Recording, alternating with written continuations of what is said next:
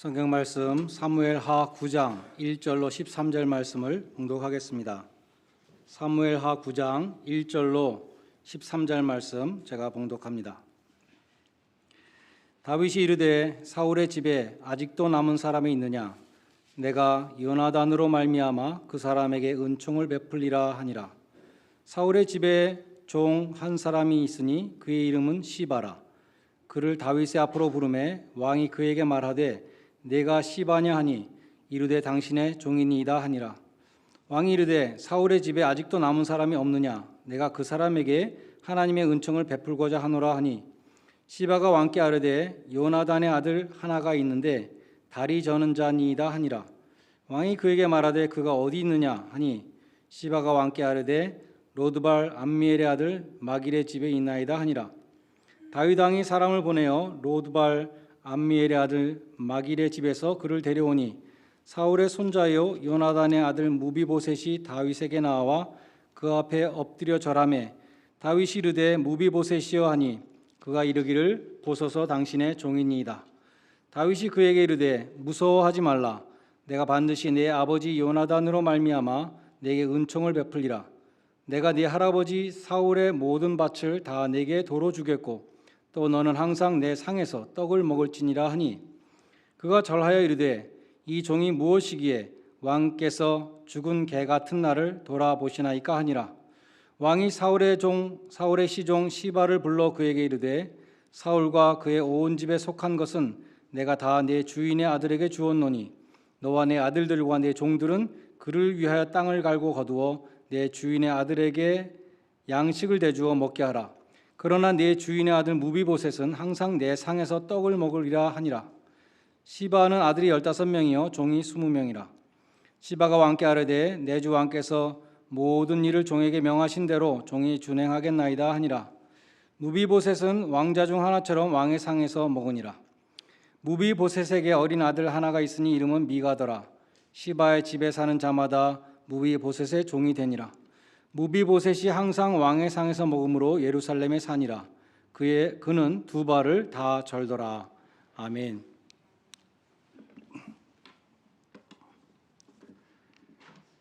고대 시대에는 왕조가 바뀌면 그 전 왕조의 왕족들을 다 죽이는 그러한 살육이 일어났습니다. 그래서 이성계도 전주 이씨 조선을 세운 후에 고려의 왕족이었던 개성 왕씨들을 다 죽였죠. 그래서 개성 왕씨들은 살기 위해서 성을 바꿨다고 합니다. 지금 한국에 왕씨들이 별로 없잖아요. 성경에도 보면 바아사가 여로보암의 아들 나답을 죽이고 북이스라엘 왕이 된 다음에 여로보암의 온 집을 쳐서 생명 있는 자를 한 사람도 남기지 아니하고 다 멸하였다고 기록되어 있습니다. 후에 시므리는 바아사의 아들 엘라를 죽이고 왕이 됐는데 바아사의 온 집안 사람들을 다 죽이되 남자는 그의 친족이든지 친구든지 한 사람도 남기지 아니하고 바아사의 온 집을 멸하였다라고 기록되어 있습니다. 또 후에 예후라는 사람이 있죠. 예후가 아합의 손자 요람을 죽이고 왕이 된 후에 이스라엘로 가서 아합의 집에 남아있는 자를 다 죽이고 그의 귀족들과 신뢰받은 자들과 제사장들을 죽이되 그에게 속한 자 가운데 하나도 생존자를 남기지 않았다고 했고 사마리아로 또 가서 거기서도 남아있는 바 아합에게 속한 자들을 죽여 진멸하였다. 성경에도 이런 내용들이 많이 나와요. 그런 시대적인 배경 속에서 우리가 사무엘하 9장 1절에 나와 있는 다윗의 말 사울의 집에 아직도 남은 사람이 있느냐까지만 들으면 상식적으로 이 말은 한 사람도 빠짐없이 다 죽였지 그런 뜻으로 이해될 수 있습니다. 그러나 성경에 보면 다윗이 사울의 집안을 죽였다는 기록이 없습니다. 다윗의 부인 중에는 사울의 딸도 있었죠. 미갈이 다윗을 업신여겼을 때 다시는 미갈을 찾지 않았다 이런 내용이 있지만 미갈을 죽였다는 내용은 없습니다. 사울 왕의 집안은 다윗이 죽이지 않아도 하나님의 심판으로 다 없어진 것 같습니다.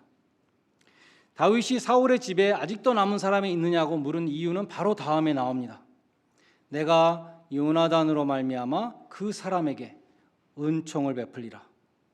3절에 보면 내가 그 사람에게 하나님의 은총을 베풀고자 하노라 이렇게 말하죠.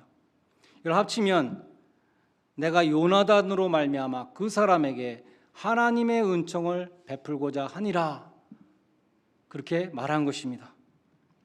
여기 은총이라는 단어가 히브리어로 헤세드입니다. 우리가 하나님의 사랑이라는 말 많이 쓰잖아요. 하나님의 사랑, 그 사랑이 헤세드입니다. 히브리어로. 다윗은 사울의 집 사람들을 선대할 의무가 없었습니다. 자기를 죽이려고 그처럼 끈질기게 집요하게 쫓아다니던 그 사울 왕의 후손들은 상식적으로 그 당시의 시대적인 배경 속에서 다윗이 제거해야 될 대상들이었습니다.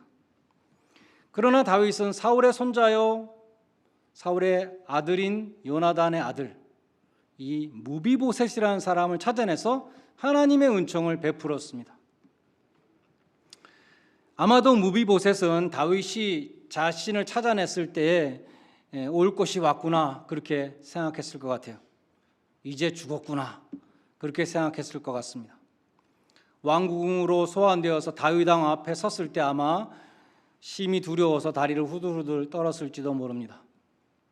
그래서 다윗이 무비보셋에게 제일 먼저 한 말이 뭐냐면 무서워하지 말라 이렇게 말했어요. 그리고 무비보셋은 자기의 귀를 의심할 수밖에 없는 엄청난 이야기를 듣게 되는데 다윗이 이렇게 말하는 것입니다. 내가 반드시 네 아비 요나단으로 인해서 너에게 은총을 베풀리라 헤세드를 베풀리라. 내가 내 조부 사울의 밭을 다 내게 주겠고 또 너는 항상 내 상에서 함께 식사를 할 것이다 이렇게 말하는 것입니다. 다윗은 무비보셋의 아버지였던 이 요나단의 은총을 기억했습니다. 요나단이 자기에게 베풀어준 은총.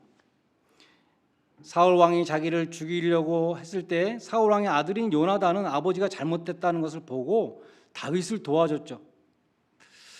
다윗의 생명을 구하기 위해서 애를 썼습니다. 일례로 사무엘상 20장 12절에 보면 요나단이 다윗에게 이르되 이스라엘의 하나님께서 증거하시거니와 내일이나 모레 이맘때 내 부친을 살펴서 너 다윗에 대한 의향이 선하면 내가 내게 보내어 알게 하지 않겠느냐.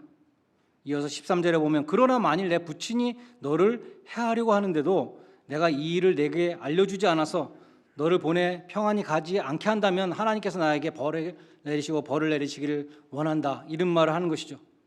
다시 말하면 아버지 사울 왕의 의향을 잘 살펴서 아버지가 너를 죽이려고 하는지 살리려고 하는지 너한테 미리 다 알려주겠다 이런 뜻입니다. 그러면서 요나단이 이렇게 부탁했어요. 너는 나의 사는 날 동안에 여호와의 인자를 내게 베풀어서 헤세드입니다. 인자를 내게 베풀어서 나로 죽지 않게 할 뿐만 아니라 여호와께서 너 다윗의 대적들을 지면에서 다 멸하신 후에 너의 인자를 너의 헤세드를 내 집에서 나의 후손들에게도 영원히 끊지 말아 달라 이렇게 부탁을 합니다. 다윗은 요나단과 언약을 맺습니다. 그리고 그 언약을 요나단의 아들 무비보셋에게 갚았습니다. 오늘 마지막 절 13절에 보면 무비보셋이 항상 왕의 상에서 먹으며 예루살렘의 산이라 그는 두 발을 다 절더라.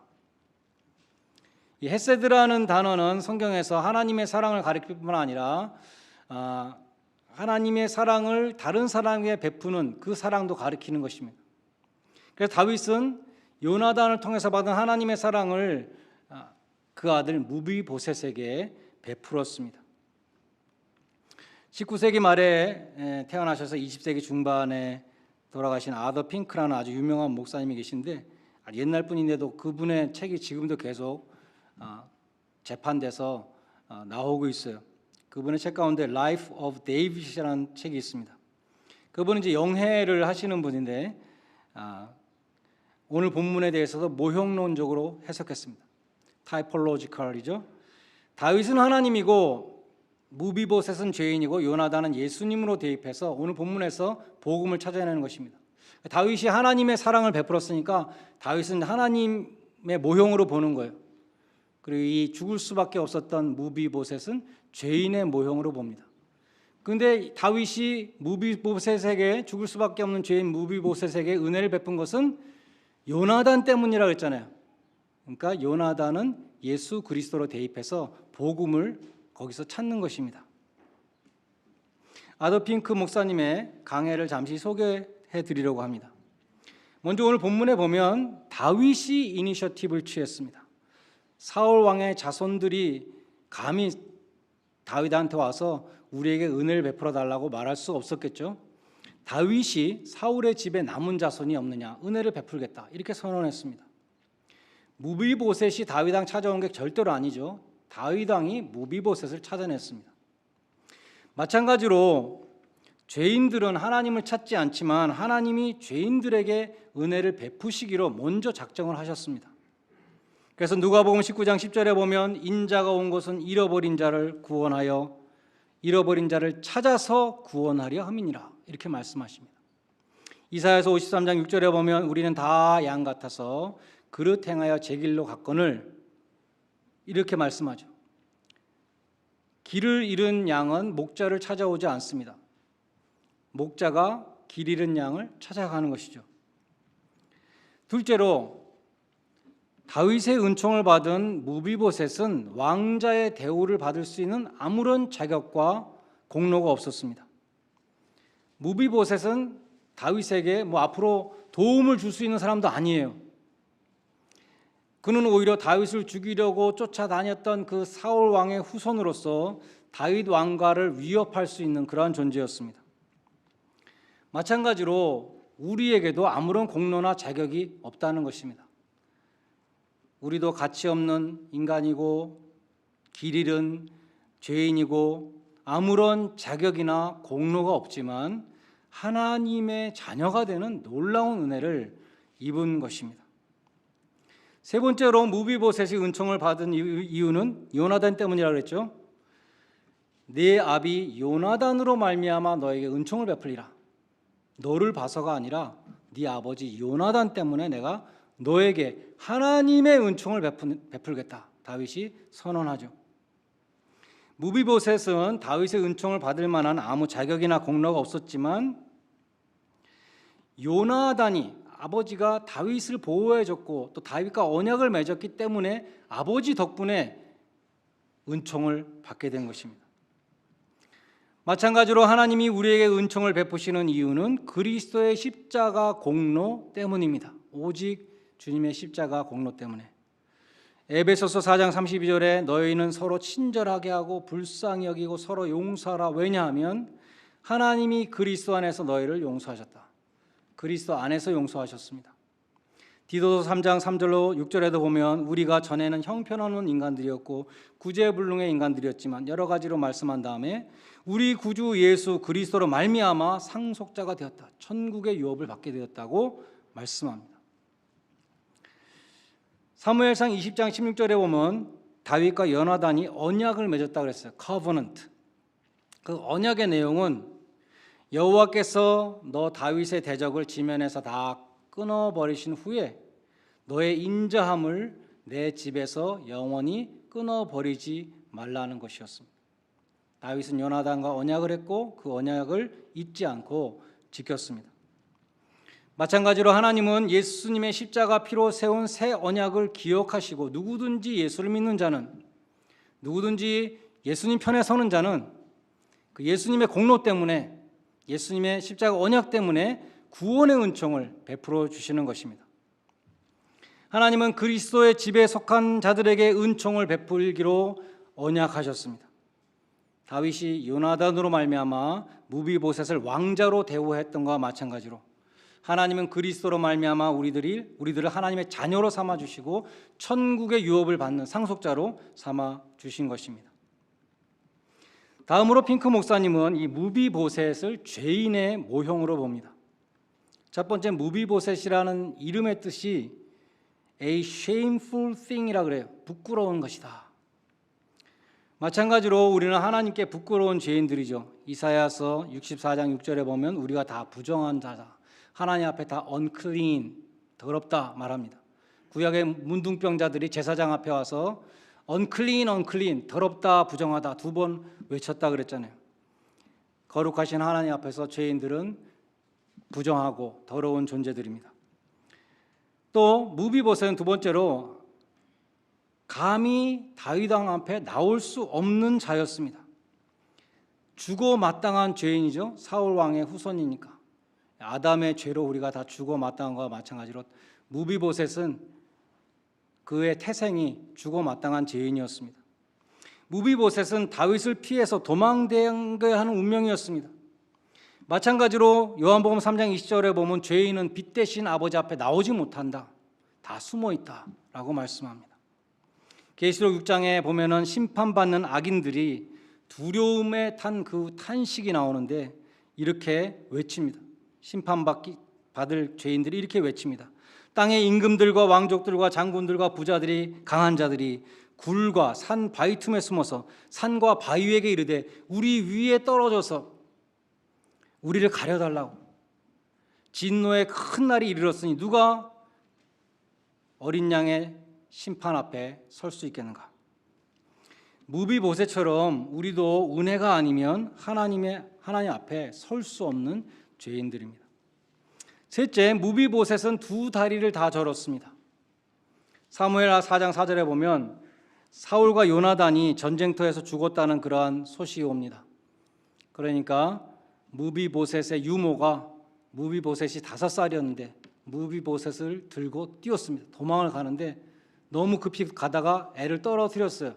그래서 두 다리를 다 절게 되었다라고 기록되어 있습니다. 영어 성경에 보면 He fell and became lame. fall 했다고, 낙상을 해서 다리를 절게 됐다고 기록되어 있습니다. 마찬가지로 인간은 하나님이 창조하셨을 때 매우 좋았다라고 감탄하셨지만 타락하였기 때문에, 그 타락이 영어로 fall이잖아요. fall 했기 때문에 영적인 불구자가 되었다는 것입니다. spiritually crippled. 죄인은 하나님의 명령에 순종치 못하고 똑바로 가지 못해요. 좌로나 의로나 치우치지 않고 의의 길로 걸어가지 못합니다. 생명에 이르는 좁은 길을 걸어가지 못합니다. 영적인 불구자가 되어서 성령님과 동행하지 못합니다. 하나님의 은혜의 보좌 앞에 나가지를 못합니다.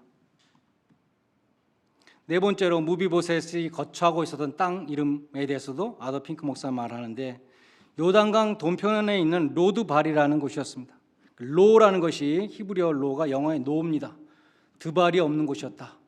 그래서 목초가 없는 곳이었습니다. The place of no pasture. 먹을 것이 없는 황량한 사막에 무비보셋이 살고 있었습니다. 푸른 초장으로 인도하시는 하나님을 떠나 살고 있는 모든 죄인들이 영혼의 양식이 없는 메마른 땅에 살고 있죠. 생명의 양식이 되시는 주님 없이 살고 있는 것입니다. 그런데 다윗이 어떠한 은총을 베풀었습니까? 먹을 곳이 없는 곳에 살고 있는 무비보셋에게 너가 왕자들처럼 내 식탁에서 계속 식사를 하게 될 것이다. 왕자로 대우해 줬다는 것입니다. 얼마나 큰 변화입니까? 10절에 보면 항상 내 상에서 떡을 먹으리라. 다윗은 무비보셋을 아들로 대우했습니다.